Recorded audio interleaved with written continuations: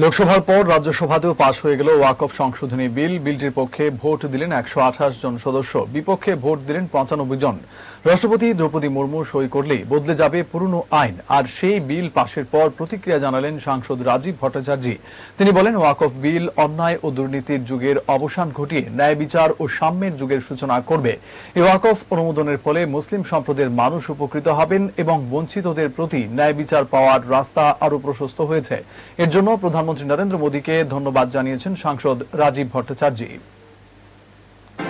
অনেক চর্চার পর বিরোধী দল, শাসক দল, অন্যান্য সব দলের চর্চার পর সেটা লোকসভা থেকে সেখানে পাস হয় এবং গত 3 তারিখে এই ওয়াকফ বিল রাজ্যসভায় অর্থাৎ উচ্চ কক্ষে সেটা পাঠানো হয় এবং গতকালকে 3 তারিখে দীর্ঘ চর্চার পর রাজ্যসভায় এই ওয়াকফ বিল সেখানে পাস হয়।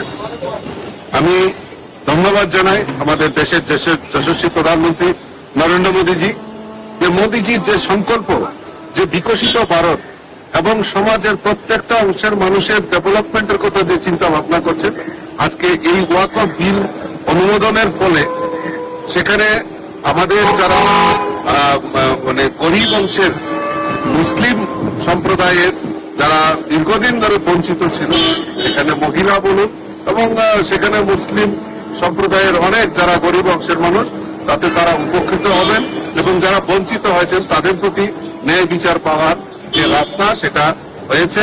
তার জন্য আমি দেশের প্রধানমন্ত্রী নরেন্দ্র মোদীজি, আমাদের রাষ্ট্রীয় সভাপতি আদরণীয় জেপি নাড্ডাজি এবং আমাদের গৃহমন্ত্রী শ্রী অমিত ভাই শাহজিকে অনেক অনেক ধন্যবাদ এবং অনেক অনেক শুভেচ্ছা জানাই।